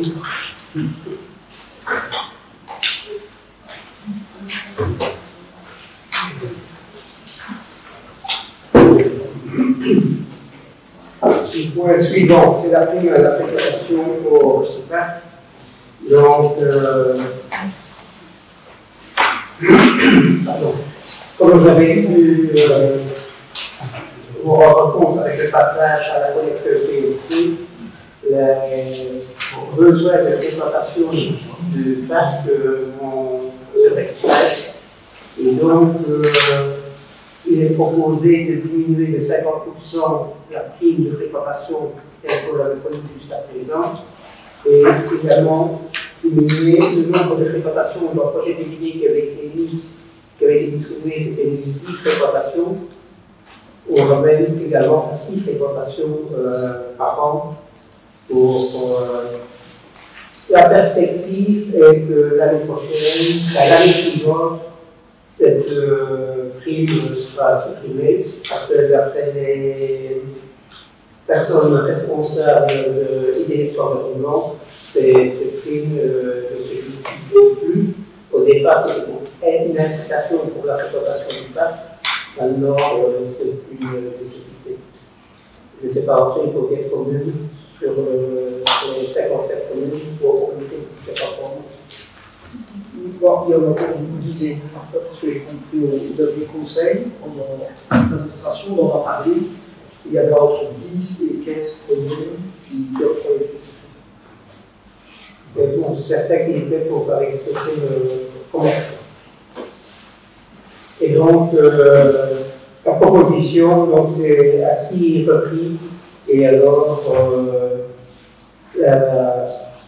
réduire de 50% par rapport à ce que nous avons connu précédemment. Donc, pour les personnes qui habitent le village de Marseille, 15 €, et pour les autres habitants, 20 €, pour la fréquentation à partir de l'année prochaine. Donc, pour la délibération, d'un jour, tu auras la bonne version. Ah, d'accord. Tu as une version en tête. Oui, le livre, je suis pour la. Oui, je suis pas familier. Il y a un remarque par rapport à ceci? Non, c'est pas la bonne version non plus. J'ai marqué le support, c'est corrigé comme votre ami. Ça sort tout d'abord. C'est bien, moi j'approuve que vous disiez. Vous disiez, oui, c'était une bonne produit. C'était une partie, c'était le support, c'était pas indiqué. Pas de remarque? Pas sur vous, en fait? Oui. Oui. Bonjour, oui.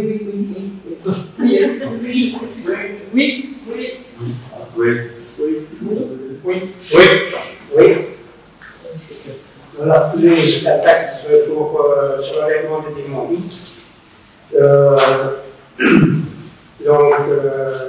il existe un programme qui nous permet de faire, en fonction de certains critères, d'approcher une vérité. Donc le plus vérité doit se situer à 95% et 65%. Avec la proposition qui est faite ici, on arriverait à 99% à une chiclette par rapport aux vérités. Et cela n'a aussi qu'une estimation, parce que le nombre de travail, le dépôt, le nombre de biomasse déposés, la fréquentation sera comme elle doit être précédemment, il y aura plus d'or de ça que deux. Il y a des éléments qui se retrouvaient avant dans le biomasse qui maintenant aussi dans le sac bleu. Et alors, le poids, quel est le poids qu'on va récolter? Donc, c'est que ce règlement-ci, je vais dire, c'est un règlement test pour voir si réellement ça tient la route. D'après la simulation, l'outil de simulation qu'on a alimenté, ça tient la route. Mais on ne peut pas préjuger qu'il ne sera pas à 105% ou qu'il sera à 80%. Donc on espère qu'ici, par rapport aux habitudes que les citoyens vont prendre au niveau de la gestion de leurs poubelles, ça correspondra aux simulations qui ont été établies et qui auront donné les tarifs tels qu'établis maintenant.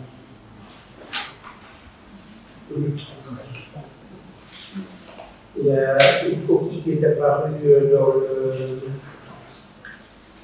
dans le montant de la taxe, c'est pour les ménages de 3. Il était indiqué 187 et c'est 177. Les calculs sont faits sur base du budget des Deluxe que vous avez fait en fonction. Les calculs sont faits en fonction du budget des Deluxe qui est joint. C'est comme ça que vous procédez. Ah oui, c'est comme ça. On n'a pas d'autre solution, on n'a pas d'autre idée que pour les coûts qui sont fournis par les Deluxe. On a celui-là pour faire la simulation. Alors, le nombre de vidanges, naturellement, avant c'était 22, on descend à 15. Est-ce que, je veux dire, par rapport au budget des luxes, est-ce qu'ils ont prévu de vous donner des chiffres en cours d'année par rapport à l'évolution?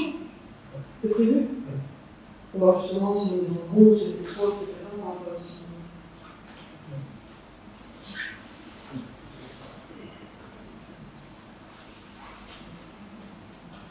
Il y a d'autres demandes, d'explications? Il y a une modification dans la dérivée de 99%. 97 dans la dérivée. Sinon, quand j'ai fait avec l'administration, on a voisiné les 99%. Maintenant, au fait qu'on a changé un paramètre qui était 187 et 287, peut-être ça qui fait que. Par rapport au futur, dans la gestion des déchets, on va continuer à garder le biobac, même si, je veux dire, il n'y aura pas plus rien dedans. Je pense que début 2024. 2024. Parce que moi, il y a un marché qui est en cours, et c'était pour 4 ans. Normalement, beaucoup de retraites dans les autres communes, 5 ans. Les biobactères vont être recyclés. Si jamais des divisions. Ah, après 2024. Oui, ça, je m'en souviens, ça va faire. Oui, au bio, je ne recycle pas. Je vais me poser la question, je donnerai la réponse la prochaine fois.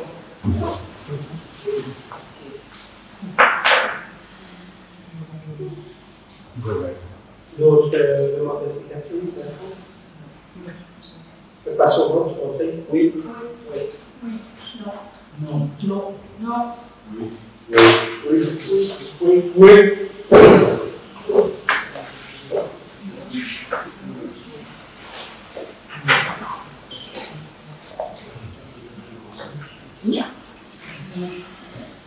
Le point suivant, c'est les modifications budgétaires ordinaires et extraordinaires numéro 1 du CPS. Oui, à l'ordinaire, c'est pour les ajout des subsides 2021, les freins à pneus 2021 aussi.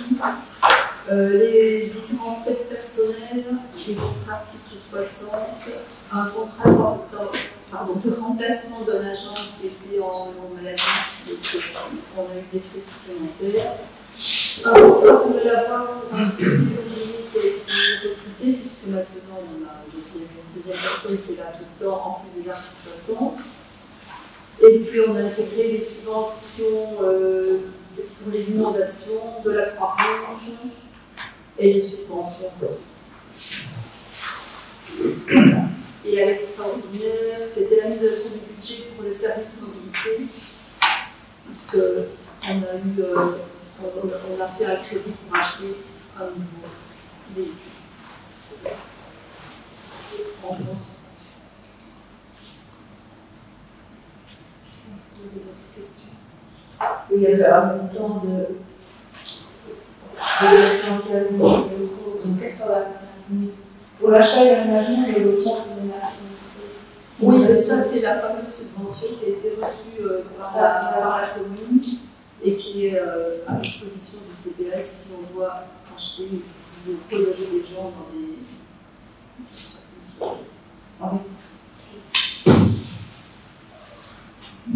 Et achat, et c'est pour ça pour le logement illégal. Oui, c'est des personnes donc, qui sont dans les logements illégal et qui ont droit, avec le Covid, à avoir. Oui, c'est deux filles qui sont à l'école et on a des besoins pour suivre les cours.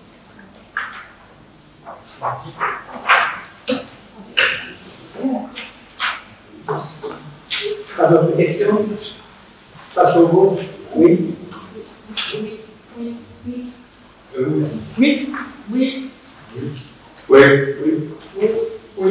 Oui. Oui. Le point suivant, c'est la démarche zéro déchet. Je passe la parole à Marianne. Oui, voilà. Pour suivre la démarche zéro déchet pour l'année 2022, on va renouveler chaque année pour le 30 octobre la demande. Et aussi pour présenter de la consultation. Voilà.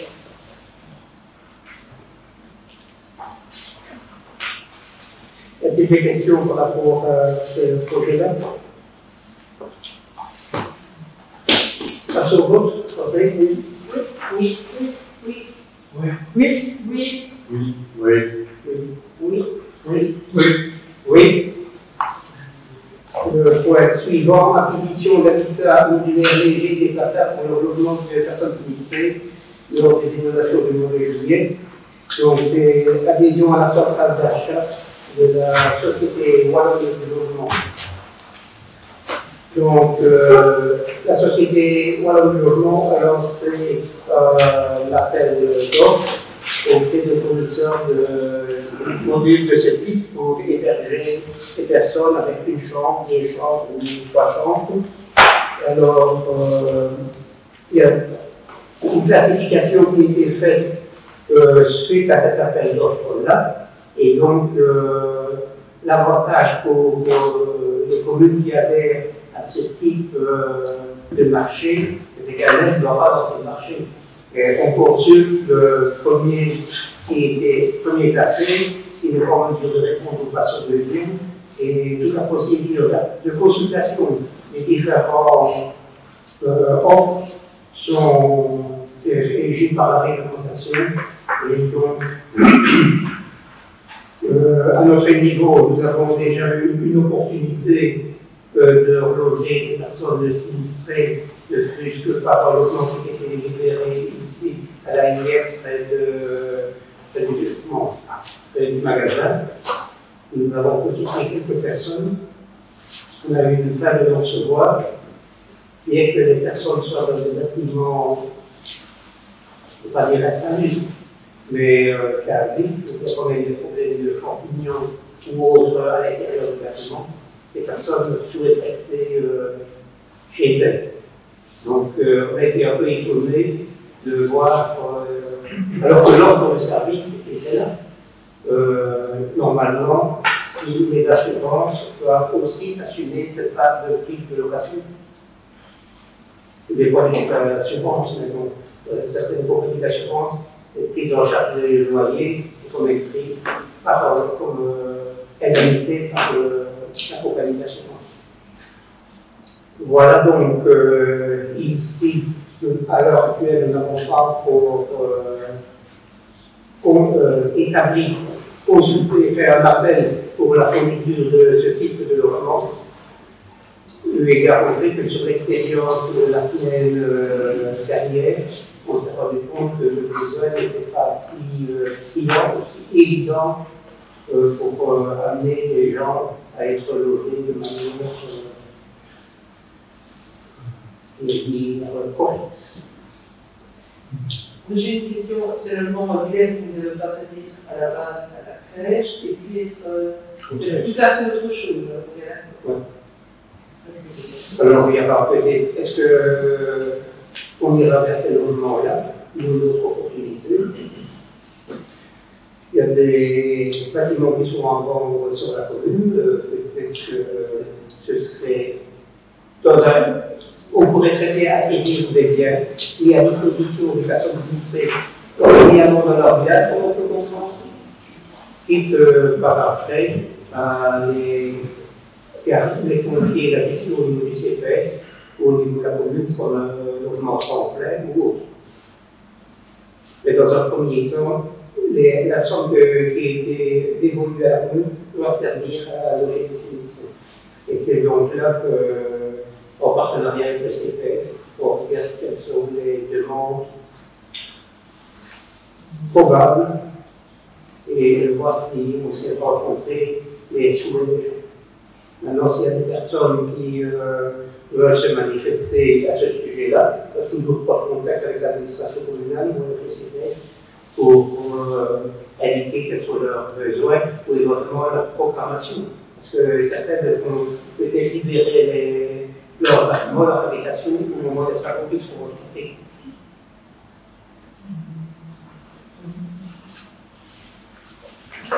Le jour où on a du mal à arriver au CPS, vous demandez des aides. Oui. Ils ont peut-être le droit, mais ça leur faut. Oui. Écoute, on a envoyé 400 hélicoptères. C'est de la partie de votre réponse de ça. Par rapport à cette gestion, je crois que c'est 500 000 euros, c'est 500 000 euros, c'est ça, c'est ok. Mais par rapport justement à la transformation, il y a eu aussi le conseil, on avait parlé d'un groupe de travail justement pour la gestion des inondations et éventuellement sur des solutions pour que les personnes se dirigent facilement vers le CPS. On en est où la constitution de ce travail? Donc, pour l'instant, on a pris contact avec les provinces et les régions. Et alors, par rapport au groupe et alors j'y vais aussi pour tout ce qui est inondation, l'eau de surface, les éléments des eaux de surface. Et c'est seulement programmé pour faire l'année civile. La formation par rapport à cette gestion-là, pour la mise en ordre, éventuellement programmer des bassins d'orage. Il y a déjà quelques idées qui ont été proposées, qui sont en accord, de les présenter à ces instances pour voir si nos réflexions tiennent la route ou pas. Maintenant, par rapport au groupe de travail, donc moi j'avais répondu à Philippe qui m'avait appelé pour savoir où on en était, dans la proposition d'amener des citoyens dans le groupe de travail. Au niveau du collège, on avait trouvé une opportunité d'amener des citoyens. Parce que la situation d'un citoyen n'est pas celle d'un autre. Vous prenez règle cas de bande. Quand vous voyez le bas de la rue à vente et ceux qui sont plus haute taille, vous subissez aussi c'est pas du tout la même considération. Donc, amener des citoyens à l'heure actuelle dans le groupe de travail, on a trouvé ça inopportun. Par contre, on aura l'opportunité d'avoir des contacts avec les administrations ad hoc. Alors là, les membres du conseil qui veulent faire partie du groupe de travail seront consultés à ce moment-là. Sachant que, une fois qu'il y aura des propositions qui pourront être formulées vers les citoyens, à ce moment-là, on retourne vers les citoyens et en travaillant par quartier. Donc, si je reprends vote, la solution qui doit être préconisée pour le rapport ne sera pas celle de l'inclus du FONSER, par exemple. Si je prends à Macour, il y a des situations tout à fait différentes au niveau de ceux qui sont vraiment jouxtes dans la Mazouette, ou ceux qui sont un peu plus hauts et qui ont des difficultés avec qui vous ne savez pas accéder. Alors qu'ils étaient peut-être moins impactés par les autres, et le fait qu'ils étaient sur une difficulté, on ne savait pas les contacter. Toutes ces problématiques-là, on doit pouvoir les rencontrer, et ce sera plutôt par quartier que par l'ensemble d'un village. Ce qui est à la rue d'Aramé ne correspond pas à la rue du Baston. C'est tout à fait des choses, à la rue de Plaine, c'est des situations différentes. Donc, lorsqu'on aura des solutions à proposer aux gens, ils doivent toujours communiquer leurs réflexions. Il y a certains qui le font. Hein. Ils font des propositions en indiquant qu'il faudrait construire ceci ou proposer, ils proposent tel aménagement, qui sont des propositions tout à fait pertinentes. Et c'est lors des groupes de travail qui seront des directeurs de supérieurs qu'on évoquera toutes ces solutions-là. Mais dès qu'il n'y a pas de responsabilité, donc l'ensemble des conseillers ici autour de la table seront mobilisés pour pouvoir faire la remarque à cette couleur de cette présentation. Ce que je veux dire, le vécu de différentes personnes évidemment n'est pas le même. Il faut quand même qu'on récolte certains témoignages justement de ce qui s'est passé. Et ça ne s'applique pas pour quartier par quartier, non? Après, quand on a des solutions, maintenant les remarques ont été formulées, on a reçu beaucoup de remarques ou de réactions qui ont été faites suite aux inondations par rapport à leur vécu. Donc ça, on en est déjà bien conscient. Et lorsqu'on fera le réunion de travail, on n'aura pas on ne sera pas déficitaire de toutes les remarques. Donc toutes les remarques que vous aurez rencontrées de votre côté seront bien utiles aussi pour appréhender l'ensemble de la problématique. On peut parler, parce qu'en fait, le fait d'avoir un ou plusieurs citoyens autour de la table, peut-être pas à chaque fois, mais au moins déjà pour apporter une certaine véracité des propos. Est-ce qu'on est venu c'est des conseils que allez leur proposer les membres de la CCRD? Non. Il y a sans même une proposition de cette matière. Donc, ça, on va reparler avec les membres de la CCRD. Oui, mais voilà, pour avoir au niveau de la CCRD, il y avait une réflexion qui était apportée, entre autres, pour le village de Marseille. Ça, c'est pas logique. Justement, au niveau des aides du CPS, etc., les gens ont eu du mal à arriver au CPS en faisant une sorte de groupe de travail ou un groupe de travail, en allant vers ces gens-là, les gens qu'on sait qui sont vraiment dans le besoin. Tu ne peux pas faire ça. Tu ne peux pas aller frapper à la porte des gens et leur dire. Si vous avez une peur. Mais non, tu ne peux pas. Si vous avez l'aide, on est là, quoi. Ça, on l'a déjà fait. Ça, on l'a déjà fait. On a fait combien de parce que les multiplicateurs qui ont été la définition de comment c'est les personnes qui ne sont pas les pièces qui ont acheté, comment c'est les personnes qui les caisses sont mises en place. Hein. Et j'ai des personnes qui ont refusé, on a la 16 qui ont été mises en place. Comment c'est les citoyens en dessous qui ont fait des multiplicateurs, qui ont des solutions qui n'étaient pas. Et beaucoup de personnes ont été soit contactées par le CPS, ils sont venus vers nous. Non. Ils sont venus vers nous, hein. Ils sont venus vers la commune. Ils ont pu contacter directement à nos services. Hein.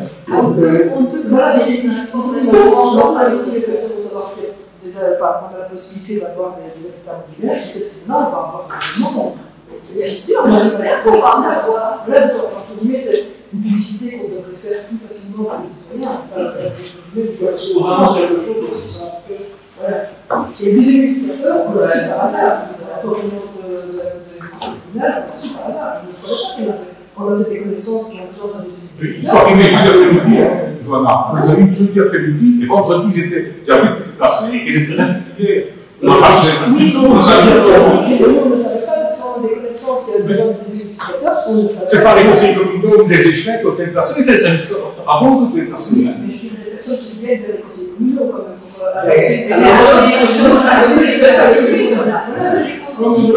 Ils savent bien que ça a connu plus intéressés par ailleurs.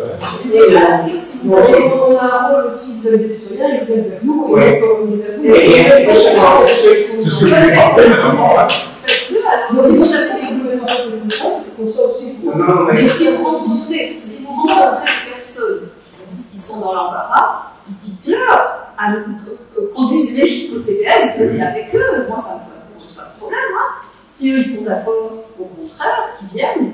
Ce qui s'est passé, Philippe a fait des propositions où il y avait des demandes, elles ont été rencontrées. Les demandes ici, quand vous avez ce type de demande au niveau d'un conseiller communal, vous ramenez ça vers l'administration. Et l'administration au ministre.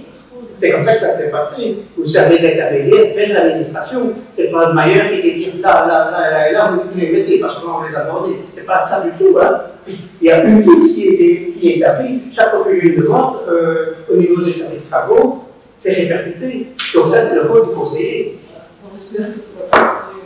Écoute, moi j'ai rencontré tantôt dans le cadre de mon travail une dame de Masbourg, et je lui ai dit, demain, sonne à la commune et mets-toi sur la liste pour dès qu'il y a des humidificateurs de lit, tu puisses l'avoir. C'est le premier demandeur qui a le droit des humidificateurs. De toute façon, dans l'état de sa maison, la pauvre dame. Un an, ça dure une mise à disposition de 4 semaines maximum. Et puis alors, nous autres, on les a jusqu'à la mi-janvier. C'est la mi-janvier. Juste la région Wallonne nous a mis à disposition jusqu'à la mi-janvier. 4 semaines, c'est du passé. Non, c'est pas beaucoup. On n'aura pas le temps de faire 2 jours, quoi. 2 jours et demi peut-être. Il y a une personne qui l'a eu, le lendemain, elle demande déjà de l'autorité, mais ça, c'est l'exception. C'est le cours de l'électricité qui tourne Et ça, c'est pareil, quand tu es de l'assurance, dans l'assurance, tu dois le déclarer aussi. Hein. Ouais. Tu déclares que tu as loué ton déshumidificateur, mais tu dois aussi faire valoir d'être au courant. Hein. Ouais. Ben voilà, donc si vous avez des demandes de ce type-là, revenez à l'administration. Ou vers le CPS.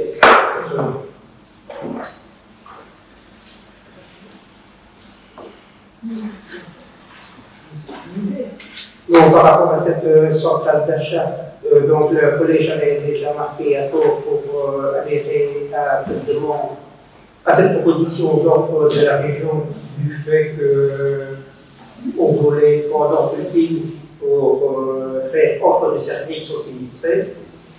Et donc, ce qui est proposé ici, c'est que le Conseil ratifie la décision qui a été prise par le collège. Oui. Oui, oui, oui, oui. Oui. Oui. Oui. Oui. Oui. Oui. Oui. Oui.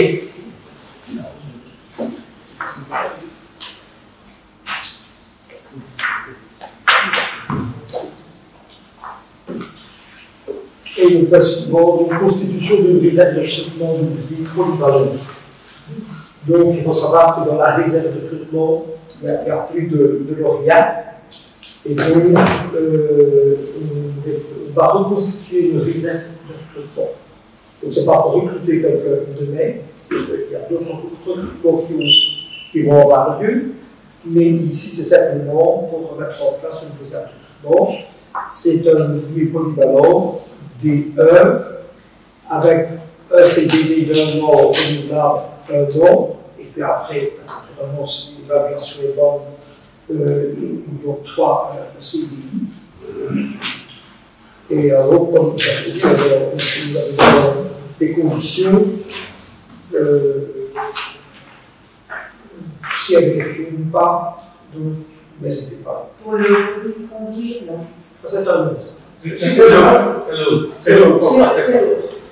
Et pourquoi est-ce que vous ne mettez pas les chefs d'équipe pour demander au on en a déjà parlé au collège, probablement qu'on en reparlera bientôt.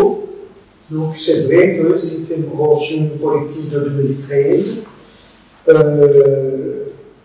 y a énormément de communes qui octroient des chèques E2, surtout de la famille E2 plutôt que E1. Des communes aussi qui octroient directement ces chèques D2. Mais on va parler. Ça ça a un impact budgétaire, il ne faut pas se cacher, quoi. Donc, si quand vous réfléchissez avec nous, on pense à aborder cette réflexion-là, tout simplement. Il faut savoir que pour la famille, vous savez que normalement, il y a une évolution de carrière. Donc, vous commencez par exemple D1, et alors après examen, vous passez D2, après examen, vous passez D3. Et si vous suivez une certaine formation, vous passez beaucoup d'évolutions de carrière beaucoup plus rapide. Et bien, entre E1 et E2, maintenant, on ne dispense même plus ce type de formation parce qu'il y a pratiquement plus de communes qui recrutent en E1. Donc, moi, je suis en train de regarder avec un livre, en tout cas dans le Luxembourg, on ne dispense plus de formation pour avoir une évolution plus rapide dans le palier E, tout carré E2, 3, mais vers E2. Donc, parce que beaucoup recrutent en E2, beaucoup vers A.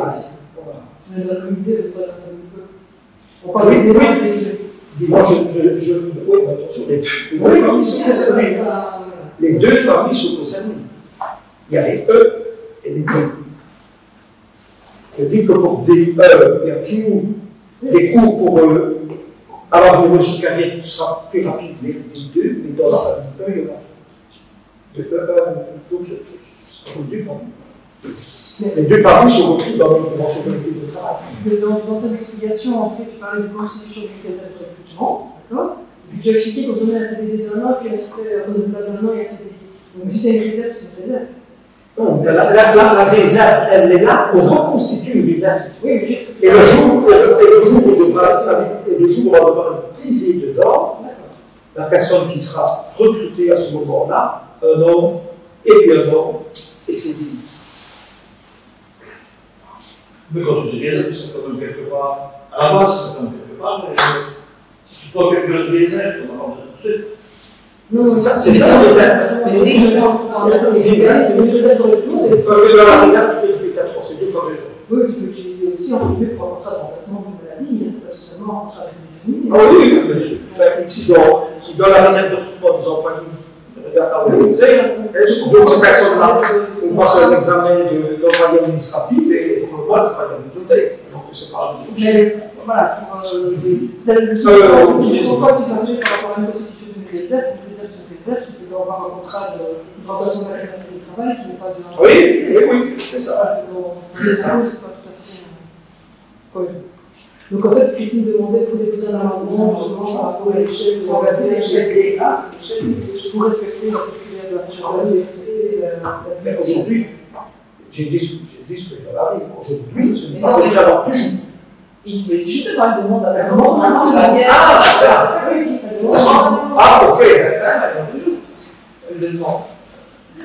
On vote, oui, non, la il n'y a pas d'autres remarques avant de passer au vote de l'amendement. Parce que l'amendement au vote, je m'abstiens. Non. Oui. Oui. Oui. Oui. Oui. Non. Non. Non. Non. Non. Proposition maintenant de la constitution de répertoriement des polyvalents à l'échelle des comme proposé par le collège au départ. Ça peut vote. Oui. Oui. Non. Abstention. Oui. Oui. Oui. Oui. Oui. Pour les complications, je vais passer au point qui avait été mis en exemple sur les séances. Oui, ben voilà. Donc, on a déjà fait l'appel à il y a deux candidats, mais ces deux candidats ne disposaient pas du permis C, permis Camille. Ils avaient bien le permis G, tractoriste, pour un peu de tracteur, mais pas le C. Il y a ces deux candidats-là. Et donc, comme la première point, il faut recruter un machiniste, parce que quand on parle d'ouvriers polyvalents, ben, ce sont polyvalents, mais certains, beaucoup diront que j'ai une machine, c'est ce qui se passe aujourd'hui. Et ici, le machiniste, c'est vraiment, quelque part, une spécialisation. C'est quelqu'un qui travaillera principalement, même si c'est toujours polyvalent, qui conduira principalement des véhicules motorisés. Donc, ce qu'on fait, on va renoncer à un nouveau appel à recrutement, mais si le candidat n'a pas le permis C et qu'il réussit l'examen, et si un jour il est recruté, il disposera d'une période de 6 mois pour passer son permis C. Et c'est lui qui C'est lui qui paie le bail.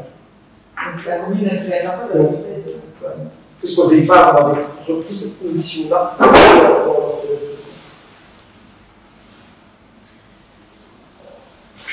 D'autres questions? Et alors, pour celui-là, pour celui-là, c'est aussi déjà des. Ouais. Doublement qu'il y a un amendement. Parce que l'amendement au vote avec l'échelle des deux, Oui. Oui. Oui. Oui. Oui. non. Non. Non. Non. Alors, l'engagement à l'échelle des 1. Oui. Oui. Martial. Oui. Oui. Oui. Oui. Oui. Les communications. Donc, on a reçu un courrier de PDO, donc c'est la centrale où on achète l'électricité. Donc, depuis l'envolée des prix de l'énergie sur le marché du coal, le gaz naturel voit sa valeur passer de 25,47 € au 30 juin à 48,37 € au 28 septembre, contre une augmentation de 89,9%. Pour l'électricité, elle passe de 69,67 à 112,47 pour la même période, enregistrant ainsi une hausse de 61,4%.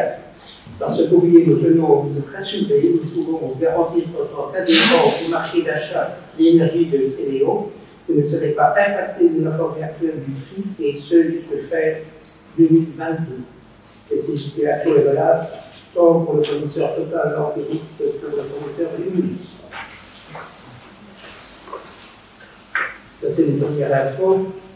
On a reçu l'approbation pour la délibération du 30 juillet 2021 par laquelle le Conseil modifie certaines dispositions du statut administratif et pécuniaire ont été approuvées. La délibération du 30 juillet par laquelle le Conseil décide de fixer les conditions de recrutement d'un directeur financier, ça a été approuvé. L'IPP à 8%, c'était approuvé. L'additionnel pour 2600 centimes, ça a été approuvé. On avait soulevé qu'on avait interpellé aussi les ministres du gouvernement wallon pour demander que soit retenu dans le cadre éolien le fait que les terrains publics, qu'ils soient communaux ou d'une autre entité publique, soient privilégiés pour les implantations avant d'implanter sur les parcelles privées. Et donc on a reçu une réponse de Madame Christine Montréal qui nous indique que les réflexions que vous exposez dans votre courrier ne sont pas très éloignées de leur engagement, où eux, ils indiquaient qu'à promouvoir des déploiements concertés des éoliennes sur à l'échelle régionale en impliquant les pouvoirs locaux et les riverains. Ce n'est pas tout à fait ce qu'on attendait, mais bon, c'est déjà bien d'y avoir répondu. Par rapport au ministre-président Emilio Recufo, notre réflexion quant à l'intérêt voire imposer aux développeurs de construire leurs éoliennes sur des parcelles communales et non privées, c'est très intéressant. Comme vous le savez, le gouvernement wallon a lancé des travaux d'adaptation pour le cadre éolien. Notre proposition devrait intervenir dans l'adoption de ce nouveau cadre. Donc ça, c'est déjà un peu plus intéressant.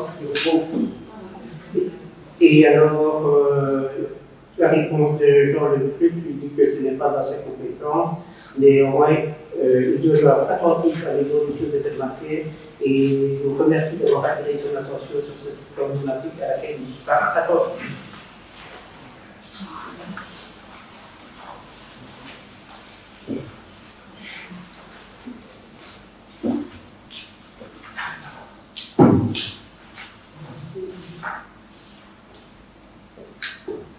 Ah oui.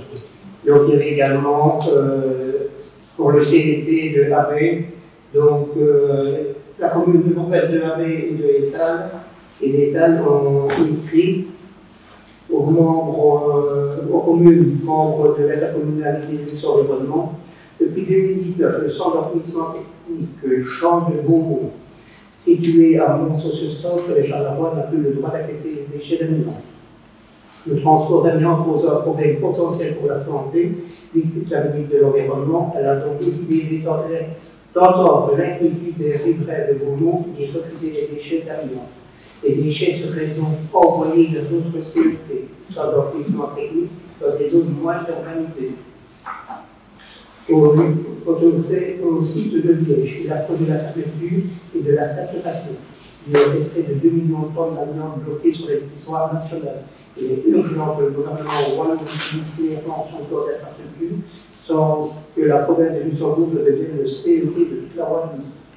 En janvier 2021, le département du sol et des déchets a officiellement demandé à notre intercommunal et de l'environnement la capacité restante de mise en CET des déchets AB, la capacité de mise en CET des déchets d'amiante ciment AB, la condition de l'intercommunal quant à la modification des conditions de ce permis d'exploiter concernant les déchets originaires d'autres zones que celles du territoire de nos 55 communes membres d'idées de l'environnement.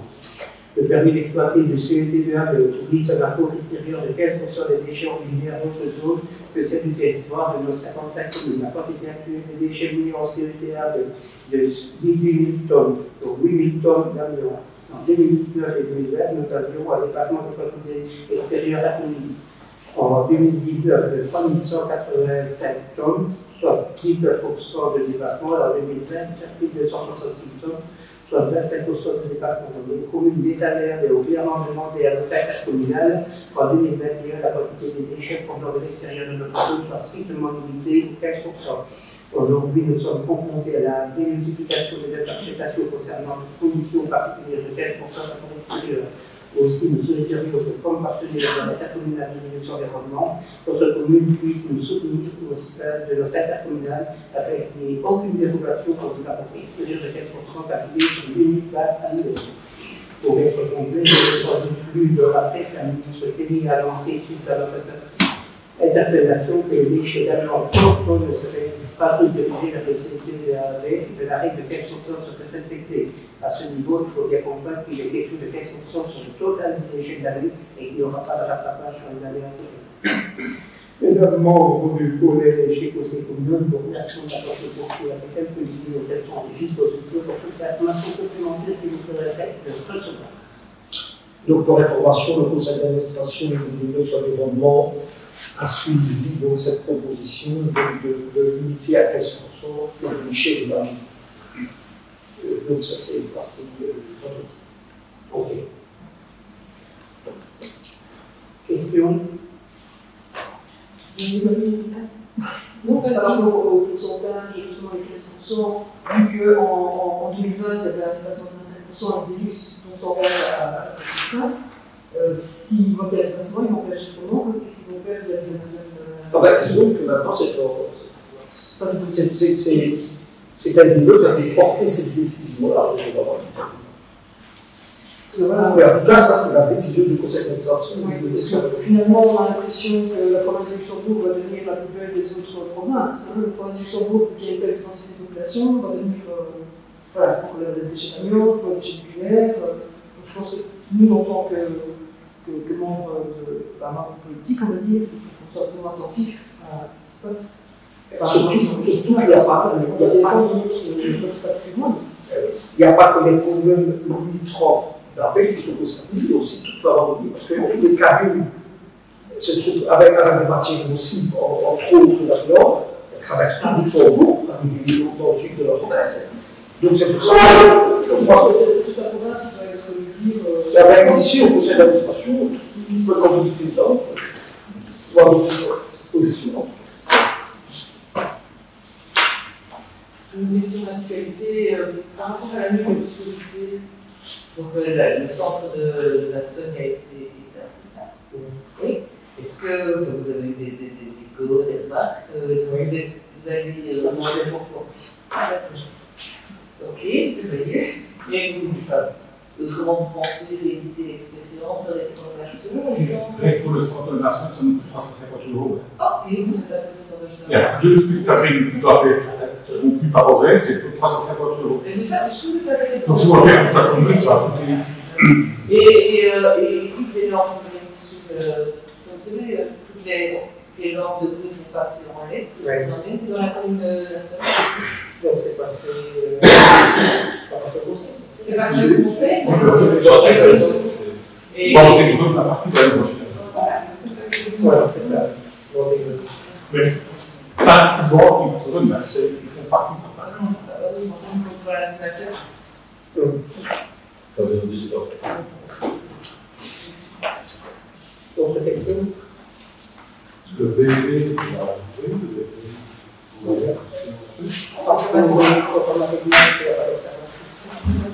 si tu n'as pas d'observation, on va tourner. Merci. Merci, on est entendu. Excusez-nous pour le chauffage. Ça va.